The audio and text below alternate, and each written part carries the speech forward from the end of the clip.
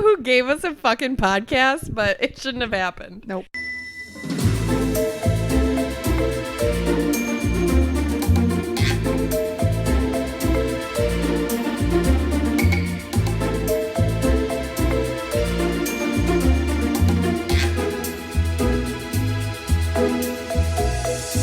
Heyo. Hi. How goes it? It goes. How's goes? How are you? Yeah, that was perfect. I'm so good at this. I am fantastic. Just to let you know, whatever you're drinking is delicious too. I might have had a taste. No, here you go.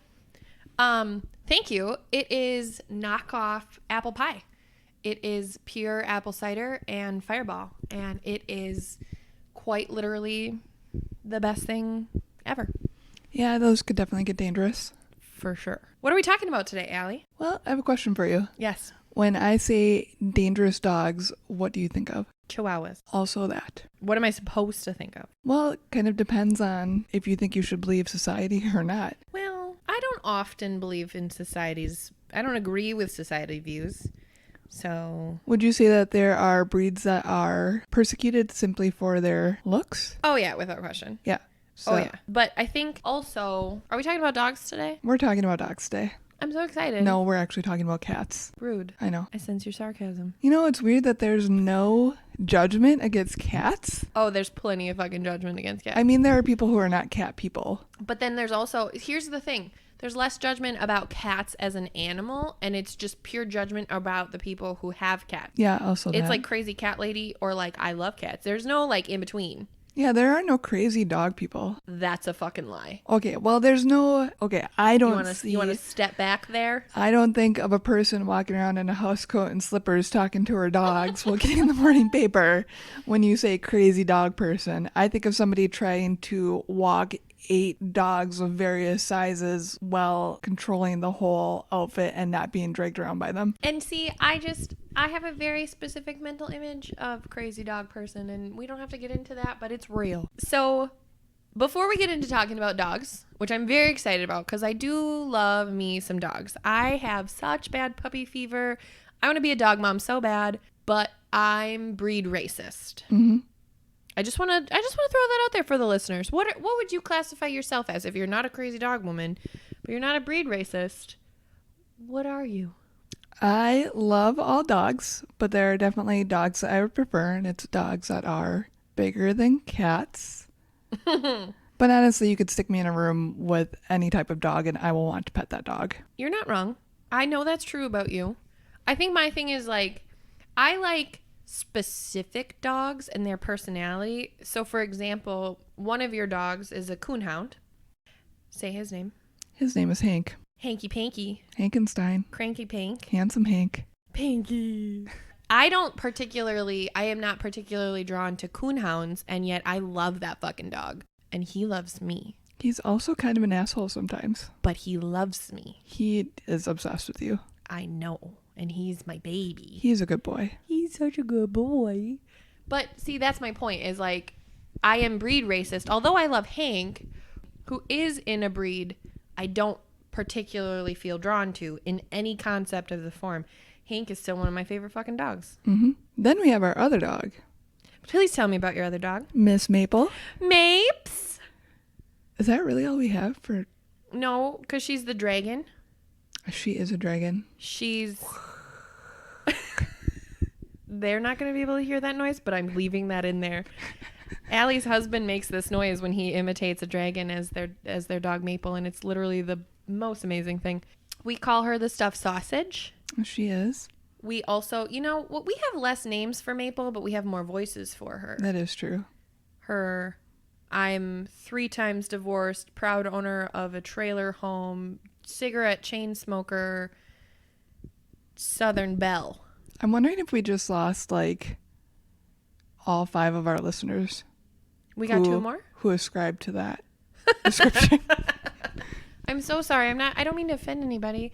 I just mean it's a very specific voice, and it fits Maple very well. Maple's had a rough life. She's had a very rough life. So to clarify, though, Maple is not one of the breeds that you would generally be drawn to. Mm-mm. She is a bully breed. Not even close. She's a bully breed indeed. And that's one of the reasons why I wanted to do this week's topic on bully or dangerous dog breeds, all the air quotes around those, is because I own one and I thought it'd be a nice semi-lighthearted topic to cover.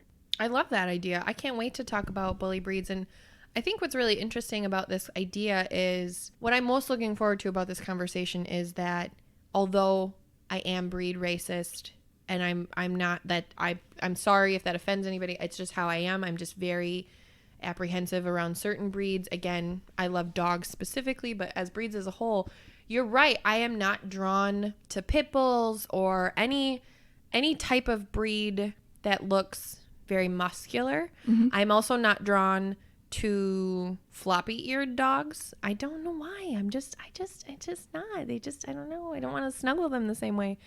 But my love for Maple and Hank, who are obviously neither on my spectrum of dogs I'm obsessed with, I love them so much. And what I think is really important about this conversation is it's okay if you don't like a breed. That doesn't mean that you can't love a dog. Mm-hmm. Agreed. Don't bully my breed. Don't bully my breed. Here we go.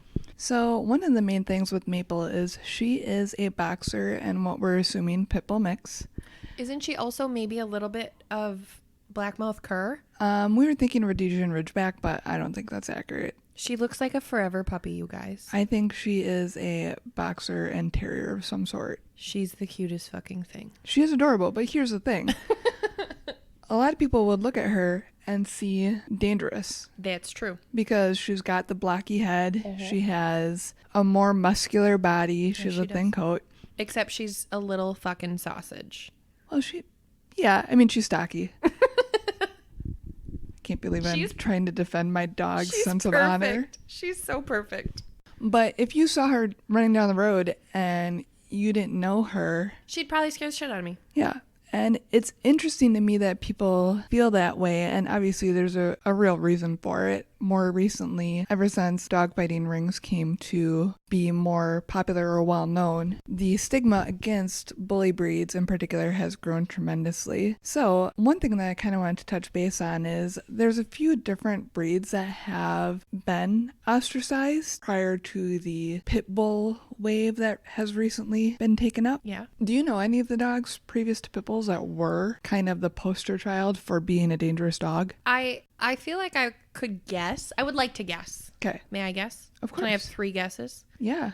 All right. We're going to go for it. Okay. Here we go. Jeopardy. Dangerous dog breeds for 200, Allie. German Shepherds. Yep. Akitas. Or what is that dog called? Yeah, I think you're thinking of either Akitas or Chows or... In my mind, they're the same dog. Okay. Is it Akitas and Chows? Well, neither of those. So. Okay, so I lose. Okay. I'm one for 2. I'm 50% right. What about Great Danes? Nope. Okay, well, those were my 3 chances. So. Well, hey, you got 1 of 3. So I did. I'm rocking it. And German Shepherds are my favorite fucking breed. So bring on the dangerous dogs. And it's interesting to me that German Shepherds were one back in the day because now we see them as serving alongside police force and basically just dogs that are excellent as far as helping humans go. Because they're smart and adorable. There's really no more stigma around them from what I can tell. That's not true. That is not true. Actually, what I want to say about German Shepherds is although the stigma might not be the same from the a societal perspective, there are specific groups of people within our society who are very highly triggered by German Shepherds. I can understand what you mean there. So that I don't want to eliminate German Shepherds from the bully breed view. Yeah. Because there are people who are very specifically affected by them. But I personally melt into a fucking puddle. My voice turns into a pitch that only dogs can hear when I see a German Shepherd. So please continue on your story as I just drool about German Shepherds. So a few of the other breeds that were susceptible to these dangerous breed allegations, aside from Shepherds, were Dobermans and Rottweilers, which short breeds, muscular, short hair breeds, muscular. I mean, Rottweilers are huge, so there's that aspect of it too. You're not wrong. And muscular as fuck. They look like they could bench press me. This is true. They might be able to. Now I just got an image of a dog bench pressing. This apple pie. Please continue talking. Make me stop. One of the things that I think gets confused when people talk about dangerous breeds is that there are no credible organizations that have actually come out and said these breeds are dangerous. We need to ban them. In fact, organizations such as the American Veterinary Association or the American Dog Breed Association or the ASPCA have actually said bully breed laws do not work for what they're intended to do, and they actually harm in ways what they're trying to achieve because it creates a false sense of security around other dogs. Sure. Which I'll get into later. Okay. But there is no proven correlation behind a certain breed and attacks. It's Okay. just media sensation. Except Chihuahuas. Except Chihuahuas. Yeah, except Chihuahuas. So the bully breed banning laws came into effect more recently with all of the issues with pit bulls and pit bull attacks. There are websites out there that use data that hasn't been verified to make claims and false allegations against pit bulls in particular. But there are a few things that need to be pointed out. So when I say pit bull, are you aware that that's a generalized term for basically 4 different types of dogs in that category? I was aware there were different kinds of pit bull, but I didn't know there were 4. And do not make fun of me for describing them this way, but this is what I know about pit bulls. I think they're the English. Is it English versus American? Kind of. So I don't know if you're thinking about a pit bull or a bulldog. No. I'm thinking of pit bull specifically, which is why I'm saying don't make fun of me. I know that there is quite literally a type of pit bull where it is muscle upon muscle upon muscle, and they usually dox their tail, and their ears are like, they dox their ears so much that they actually look like little elf dogs. Like their ears are so stupid small, and their heads are like 80 pounds. And then I also know that there are pit bulls that are more of the like chubby pit bull instead of Arnold Schwarzenegger pit bull. So, and I only learned that because for 5 seconds I was spending time with somebody who used to breed pit bulls, and he bred the super muscular kind, which was so weird. Have you guys ever seen somebody who looks like their dog? Like that person and their dog look the same? Like if that person could like animorph into an animal, you'd be like, oh, there's your animorph version. This guy was that. Animorphs are the shit. Just saying. You're not wrong, but please stay on track. I can't help it. You just sent me back to the 90s. So, but no, this guy was that. I completely understand where you're coming from. So I think I see what dogs are talking about, but lay them on me. Let me clarify for you. So the American Pit Bull is... I'm right. There's an American Pit Bull. Yeah, there is an American Pit Bull. I'm 50 for 50 right now. They actually essentially came from a bully breed that was brought over that was originally used to bait bears and bulls. So they came from a bulldog. Bulldogs were used to bait bears and bulls, and then they were bred to continue fighting within underground fighting rings within the United States. That's the American Pit Bull. They're smaller, they're quicker, more Maples build than anything. They were easier to hide. So when baiting bulls and bears became outlawed, breeders started breeding bulldogs to be smaller and more easily underground. So can I say before we continue, just because the thought is in my head, how horrifically disgusting dogfighting is? Oh, yeah, Jesus. Like, we don't have to get into that topic. I really don't want to, but I needed to say it. Yeah, I would prefer we throw those people in the ring. Yeah, fight to the death, motherfuckers. Agreed. Carry on. So then there are a few other breeds. The stocky one that you're thinking of, I think, are Staffordshire Terriers. They're blacky and... No, I really don't think that. I'm not saying you're wrong. I didn't do the fucking research on the dogs, but I'm telling you, this guy said that they were American Pit Bull. Oh, well, Staffies are shorter. Okay. Their heads look like they are chipmunks storing nuts for the winter. Okay. And their ears are docked a lot. It makes them look more vicious, which that in of itself is just fucking stupid. Fucking stupid. Yep. I mean, out of all the pit bull types, I'd say they're probably the most intimidating looking because they are just little Arnold Schwarzenegger dogs. Maybe that is what I'm thinking. Maybe he was just a fucking idiot and didn't even know the own breed of his dog. Well, he bred them, so I'm sure he knows more than me, but I mean, Allie, he was definitely one of those I pick things up and put them down kind of dudes. Oh, there are also American Staffordshires, and then there are the Bully Terriers, which Okay. are the dogs that look like they hit a wall. Oh, because they have like that Yeah. flat face? Yep. Which I think, Aw. isn't that the dog from the Little Rascals? Yes. Yeah. Spot. Yeah. Is that his name? I have no idea. His name It's was been a Spot. while. His name is totally Spot. But yeah, so that's a bull terrier. Okay. Super sweet puppies. Yes. I would imagine that those dogs have breathing problems, but so that's actually one of the things that leads to so many attacks being pit bull attacks, because it's literally 4 different types of dog breeds being lumped into one. It's a very breed. vague title. Yeah, like how Vizslas and Weimaraners look like very similar dogs, but the only difference is their coat color. You don't know word. what those dogs are, but that's I okay. do. No, I do. My best friend growing up, my childhood best friend had 2 Weimaraners, and I never knew what the red ones were called, and I was just absolutely amazed that you threw that word out like it was literally fucking nothing. But Zoe and Casper, when I was growing up, they were fucking terrible dogs, but they were so beautiful. Mm-hmm. I do know what a Weimaraner is. So I can never remember which one's red and which one's gray. That's the only reason I know the difference. That's why I was like, I don't know what the red one is called, but the gray ones are Weimaraners, and that's because literally I grew up with them, and I always like saw the red ones, and I was like, what is that fucking thing? A red Weimaraner? Like the fucking idiot I am. That's what I would say. Well, that's the thing, though. Okay, They look say what is it called again? Vizslas and Weimaraners. Carry on. Oh, okay. Yeah. Alrighty then.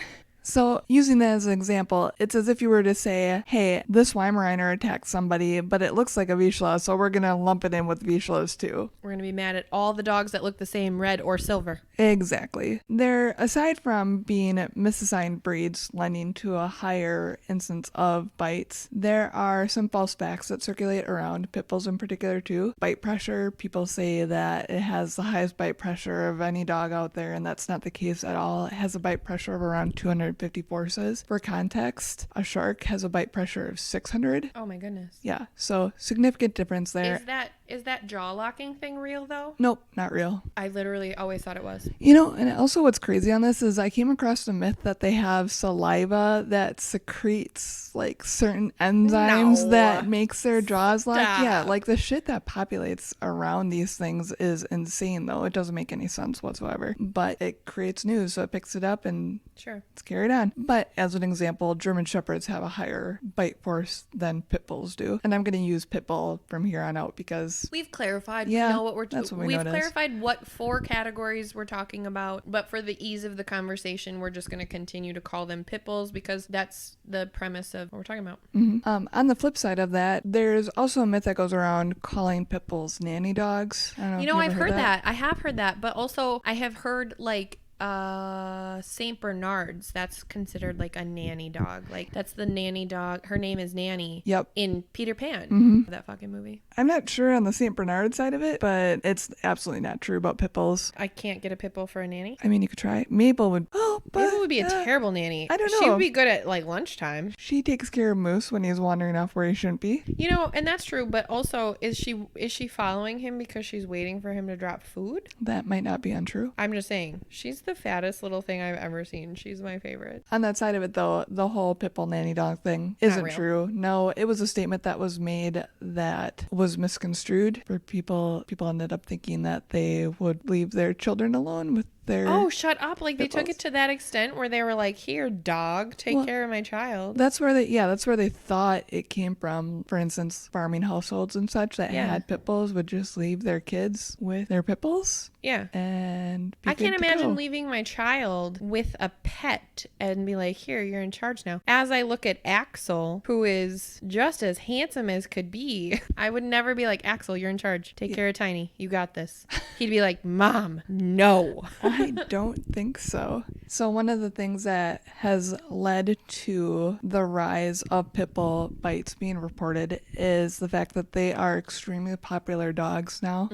That's true. And if you go to a shelter, pretty much anywhere, any given time, a huge proportion of their population options, of... options, I guess you could say, are pit bull mixes. Do you think that's because people get them and then their neighbors are like, don't have that dog around my dog, and then they have to get rid of them? I think that could be a lot of it. I think there's a lot of irresponsible pet owners that don't bother to get their dogs spayed or neutered. Or trained. Yeah. And when the pit bull boom was so huge, people were breeding them left and right. And they're to sell. super fucking expensive dogs. My friend BJ has bought pit bulls consistently. The most recent one that he got, her name is Layla, and she was like $1,500. And she's beautiful. Don't get me wrong. Like, she's beautiful and she's just the sweetest thing. But like, that's a lot of money to spend on a dog. Mm-hmm. Especially, specifically, if you're going to end up giving it up. Yeah. If you're going to end up putting it in a shelter because your neighbors don't want this bully breed next door to their fucking chihuahua.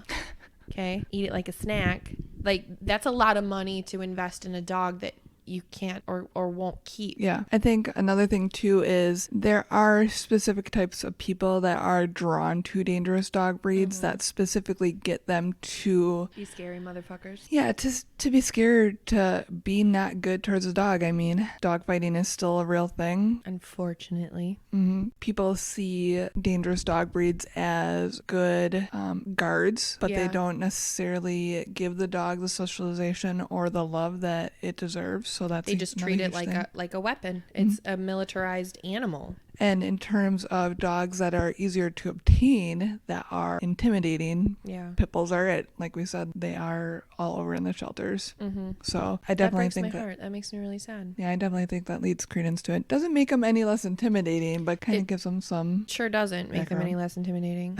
So I think one of the main things there, though, is it's absolutely not just the big dogs that did the attacking. I know people that have been bit by small dogs too. My sister's been bit by a small dog. My sister was bit by a dachshund. Dachshund. A wiener dog. There was a woman that was killed by her dachshunds. What? Yeah. And they were like a special sort of dachshund. I don't know. I came across it randomly. I think it was about a year or two ago. Oh my goodness. I know, but you know, it's so weird to hear about it because they're tiny dogs. When wiener dogs attack. But here's the thing. What if it was a kid? Oh, true. So, I don't know. I think there's a lot of discrepancy in that area. And one of the reasons that I haven't brought up any statistics specifically is because they are all over the place and there's no reliable. Yeah, they're all going to be very biased. You're going to find the people who are pro pit bull and they're going to say pit bulls are like the most gentle breed. And then you're going to find people who are pro anything else that say that pit bulls are the most aggressive breed and is a big deal. But like, that doesn't mean that a bite from a small breed is less of a big deal. It just doesn't do as much damage, but that doesn't make that dog any less dangerous. Yeah, I agree. I actually know 3 people who have been attacked or bitten by a dog. They were Great Dane, a Chow, and then a mixed something. And the only one that suffered any sort of action against the dog was the Great Dane. And that was actually my mom that was attacked, and she had to have a buttload of stitches in her face due to the attack. And my mom loves dogs, and credit to her, Hank and Maple are not small dogs. They're not Great Dane size. No, they're not. But Hank's a big boy. Yeah. And there was definitely some nervousness around them not long after the attack, but now she has no problem whatsoever. And I can't, even being a dog lover, I can't imagine. Also, I think that those statistics are very misleading because we both know and have experienced it's not all, I'm not saying all, but it's a lot about how you train them. Right? And then there are some dogs that even though they could be trained, the training that it would take would be so extensive and so expensive that it's just not feasible for the owner anymore, which is sad in its own way, but also like you could have a great dog. You could. Not all dogs are just great off the bat. Hank was just great off the bat. Yep. Maple wasn't at first, but that's because she was scared. Well, Maple had dog aggression and still has aggression towards female dogs. She hates other bitches. She's never had human aggression. No, she's the fucking nicest thing when it comes to humans. But you bring up a good point there, and something I was actually going to bring up, so thank you. One of the main things, and as I said earlier, one of the issues with breed banning is it creates a false sense of security around other dog types, when in reality, you get a dog, you roll the dice. Right, that's absolutely true. Occasionally, breed and genetics do play into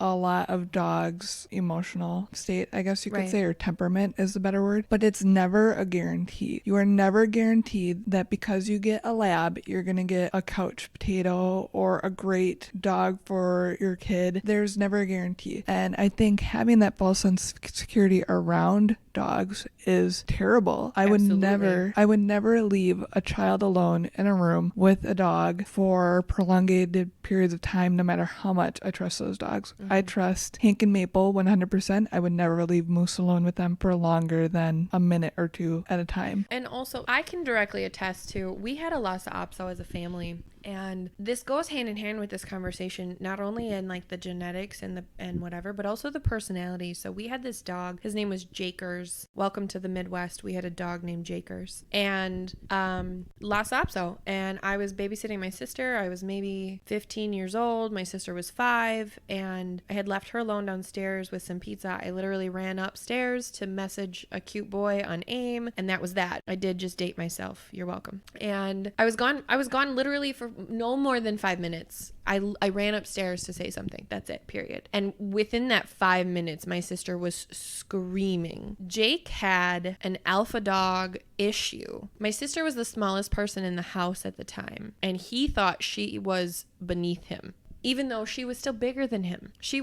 One, she's a human. 2, she was bigger than him, but she was the smallest thing in the house at the time, and he took out all of his small dog aggression on her, and she actually does have a little scar on her hand where he bit her. Many years later, I still feel guilty as fuck about that. I do. I still feel guilty as fuck about that. And I can't eat Tombstone pizza anymore without thinking about Jakers attacking my sister. But you learned from it. I did. I definitely did. So what happened to Jakers? He was given to a very nice woman in another part of the state who I think she's what we would consider a crazy cat lady, but for dogs. She had a farm and no small kids, and see, and that's what a responsible dog owner should do. Yeah, like, I don't understand. Why would you, no matter what size your dog is, why would you risk that happening again to another, especially if they're a repeat offender? I know small dogs that are repeat offenders that apparently it doesn't matter. I think part of that comes from a codependency from the owner. Like, when I say this, I don't mean this in an offensive way at all, but I know how much you love Hank and Maple. I do. Mm-hmm. I know how much you love Hank and Maple, but I also know you are not afraid to show Hank or Maple or Nick. Neither of you are afraid to show Hank and Maple that you are the boss and you don't depend on them, right? And I don't even mean like they're not working dogs. I just mean you don't have this dependency that prevents you from putting that dog in its place as a dog. Well, yeah, part of the thing is they are our family. Yeah. But they are still dogs. Absolutely. If they were to harm somebody else, I don't know what my reaction would be at the time, but I couldn't ever trust them again. Right. And I couldn't have them around little people. Right. So. Yeah. And you know what? What's so interesting to me is just as I think about that, I remember one time when Tiny was really little, and Hank is obsessed with me, but Hank is also obsessed with Tiny. He always has been. And he and Tiny were playing hide and seek, and he got so excited that he found her, and he jumped up and he scratched her face. Yep. And she was scared, but she was fine. Like, I'm sure it hurt, but she was okay. And I remember you flipped his ass so fast, and I'm like, no, it was an accident. And you were like, I don't care. He needs to know he can't do that. And honestly, like, that was this moment for me where I like just totally respected you in a completely different way as a dog owner. But also I had this thought that I think that might have been the moment where I was like, she is not codependent on that dog. It's not a moment that and all the times that you've ever scolded me about how to speak to him because I want to spoil him and love him and give him all the things, and you're like, no, don't fucking do that because he doesn't need you to spoil him. Hank doesn't listen to anything but a stern voice. I know, and I don't like to do that to him because he's my baby. But I think that just really does speak to, it depends on how much shit you put up with them and that boundary that they know or they don't know that they can push. I think that that's a part of it. I'm not saying that that's all of it. I just think that that's a real part of it. Yeah, I agree. And you brought up training before, and that's such a huge part of it too. For instance, Maple, we think, was a breeding bitch. She clearly had several puppies when we got her. Yeah, her body was really sad when we got her. She was food aggressive. She was severely underweight. She had cigarette burns on her body. Yeah, and she has calluses from like being stuck in something all day. And yet I just want to remind you guys, she's the sweetest fucking dog. She is a sweet puppy, but she is still food aggressive to a degree. She and Hank both had their bowls side by side. But when we first got her, I was bawling because I thought I chose the wrong dog for our household because she was reactive towards Hank, and Hank was there first. It's his home. And he's the alpha. And my husband, to his credit, said, give her time. She needs help. She needs to heal. And so we started doing positive reinforcement with clicker training and food and teaching her that Hank is friend. Every time he walks by, she gets a treat. And now they play phenomenally and they curl up together. And he's absolutely her brother now. Like, yeah, she would kill anything that got near Hank. Yeah. And Hank is the bigger one. That's what's so fascinating about their dynamic, you guys, is Hank is a big motherfucker. And Maple is not. I mean, she's 50 pounds. And Hank is like, what, 110? He's 70 pounds. Okay, he doesn't 70 or 80, look I don't remember. Like 70 or 80 pounds. He's a big boy, and he's so tall. But Maple is so defensive of him, and it's so beautiful now, knowing where they came from before. Yep, but like we said, a big part of that is training and knowing how to work with those animals with specific temperaments. I had no idea. I give all the credit to Nick on that for us keeping her, because I don't know if I would have, because I didn't know how to deal with that, but I did my research and here we are, and she's wonderful. But Mapes. But that leads into another part of it. Dogs that are specific breeds can't be in certain homes. There are working dogs that need to be out and have the ability to run around and play and get that energy out, or they turn destructive, they chew up furniture, they lash out. It's all about being a responsible owner. You can't be a typist against a dog or say that a dog reacted a certain way without seeing all the components of the life that went into it. Yeah, I think that's very fair. And I think that's such a good call out that a lot of people don't consider. I'm going to use myself as an example. I have been forced to consider, because I live in a townhouse that doesn't allow me to have a dog over X weight.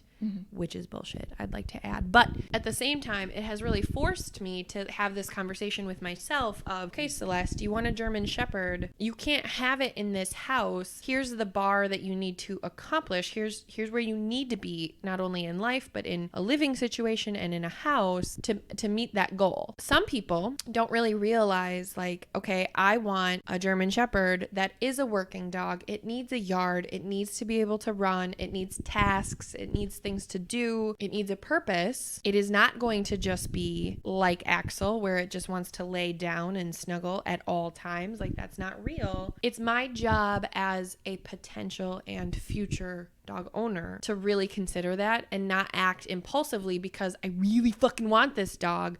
I need to do it responsibly to give myself and the dog the best lives and best opportunities we can. Agreed. And unfortunately, that's not the case and thought that goes into it for a lot of people. So you were leaps and bounds ahead of a lot of people out there. Axel is super cozy right now. As I'm looking at Axel, who is perching one leg on Allie's ankle and the other leg is under both of her legs. And he, you guys, he is a cat, but he is a dog. He's no German Shepherd, but he's a dog. So were there any other points that you had to talk about? No, the main two takeaways that I wanted to get out of this was, don't judge based on breed. Look at the dog. People who are dog racist, breed racist. And don't let your security drop around a dog just because they're a certain breed. Or to your point, which you said earlier about Hank and Maple, or just because they're a certain personality. Yep. Like, let's not forget, no matter how much we love them, no matter how good they are, they're still animals. And although they're very capable of all kinds of feeling, their animal instinct is different. It's different. Yep. Dog bites can happen at any time. In a second. Over literally anything. Yep. Agreed. There were two fun little facts I love fun facts. I found. So I didn't know this, but in the U.S. Army, in the 102nd Infantry, in the 26th Yankee Division during World War I, there was actually a pit bull mascot named Stubby. He deployed with the troops February 5th, 1918 to the front lines in France, and he was actually injured from his first battle due to exposure to gas, which sensitized him to the noxious odor. And he was able to then alert the troops to gas attacks. Oh, cool. In the future. So he was like one of the first like actual drug dogs. Yeah. So I love that. he is actually on display somewhere and recognized for his heroic acts. Valiant efforts. I wish I could tell you where. I did not write that down. But Stubby, where art thou? my other fun little favorite fact is I am a nerd, and Patrick Stewart, aka Jean-Luc Picard, is one of the pit bull advocates. And in the new Star Trek series Picard, he has a dog. Picard has a dog. And he chose, Patrick Stewart actually chose the dog type, and he chose a pit bull, and the pit bull's name is Number 2. Yeah, so those are just fun little happy facts that I love those happy facts. I thank you for sharing those happy facts with us. That is really all I had on this topic. I learned a lot today. I really did. I learned a lot. It didn't change my perspective on me being breed racist at all, but I'm not a good person, so it's okay. You think you'd be more willing to give him a head scratch? Oh, well, if it was somebody else's dog, maybe. Well, yeah, you don't need to own them. But I don't know. Yes, but again, like, it's really about how I feel about the dog, okay? If I'm at a shelter, and let's go back to I'm a terrible fucking person, you guys. If I'm at a shelter, although I might love on a pit bull for a second, it's because they hurt, like, them being there hurts my heart. I am not drawn to a pit bull. If even a puppy, it has nothing to do with the age. It's the breed. Or a fucking small dog. I get so anxious around small dogs. I'm not petting a chihuahua. I don't know if anybody has been able to tell, but I'm very adverse to chihuahuas. I'm not doing it, okay? I'm just not. Like, it'll break my heart that they're in the shelter, but I'm not gonna be like, oh, come here, little chihuahua. Like, I'm not interested.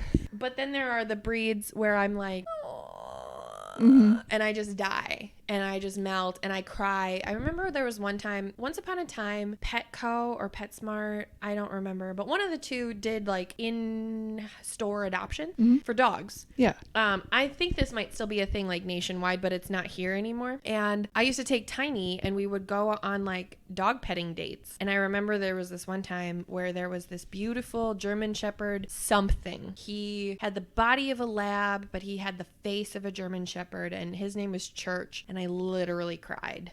I just looked at him. I didn't even have time to spend with him. I just looked at him and I started crying. And then I was allowed to play with him. I think they felt bad for me that I was crying and they let me play with him longer. But I'm so serious about how sensitive I am to very specific breeds. It doesn't matter where that dog is or what's happening. I am very drawn to that dog. And then there are other times where I just feel bad for the dog in that circumstance, but I still very strongly dislike their breed. Breed racist. Hashtag. You can work on it. You're not wrong. That's my challenge to you. Hey. I mean, okay, fine. So, is there anything you learned this episode? I learned that I need to work on being dog racist, is what I learned. But in all seriousness, I did learn, I think, some really interesting statistics about bully breeds in general, and also that there really are 4 different kinds of pit bulls, quote unquote, which I didn't know. And I thought that was really interesting. I really do, though, appreciate more than anything your openness to discuss all breeds except Chihuahuas and just be so accepting of them. I never told you, I used to love the Taco Bell dog. Like, I had a Yo stuffed quiero one. Taco Bell. Yeah, he was probably my favorite Chihuahua. I used to have one, like one of those stuffed ones that like, do you remember back in like the early 90s when you went to Taco Bell and like the toy, like the Happy Meal toy was the Yo quiero Taco Bell stuffy? I used to have one too. He was so cute. See, not all Chihuahuas are. He's literally the only one I like. Adverse to. Please don't do this to me. Well, at least they have one. They have a good mascot in your head. They do. They have it, and I'm not saying that they're not cute. They are cute. That's what I dislike about them so much. They're adorable for how fucking vicious they are. I'm like, you're just so cute. I can't. They're like Sour Patch Kids meets animal. I can't deal with it. That's actually a pretty good description. I know. I think so. I'm the queen of analogies. You're welcome. So, guys, if you send us dog pictures to our email, we're going to be so excited. We would not be opposed. that email. Also, cat pictures, though. Like, Yeah, really, we're not discriminating. If you want to send us cute, fuzzy critters, please do. Yeah, any animal pictures, send it to our email on our social. Our email is, I don't know. Our email is taboospodcast@gmail.com. I'm not sure how many episodes we're going to have to get through before Allie remembers I don't know. but Someday it's not that hard. We're going to have someday to it's write it gonna down stick. somewhere. Hey, our website is taboos.pinecast.co, and that is taboos, TABOOZE. Our Instagram is Taboos the Pod, and our Facebook is just Taboos. You can find us right there. Hit us up. Send us pictures Also, of animals. if you have any friends who are avid dog lovers or might also feel as though potentially, shut up. Potentially. Well, now I can't cut this out because you've made fun of me. Like, now it's clearly a joke. Any friends of yours who are potentially breed racist and who might feel bad about it, please share this episode with them so they don't have to feel bad about it anymore because they're not alone. And as always, Do you? be taboos.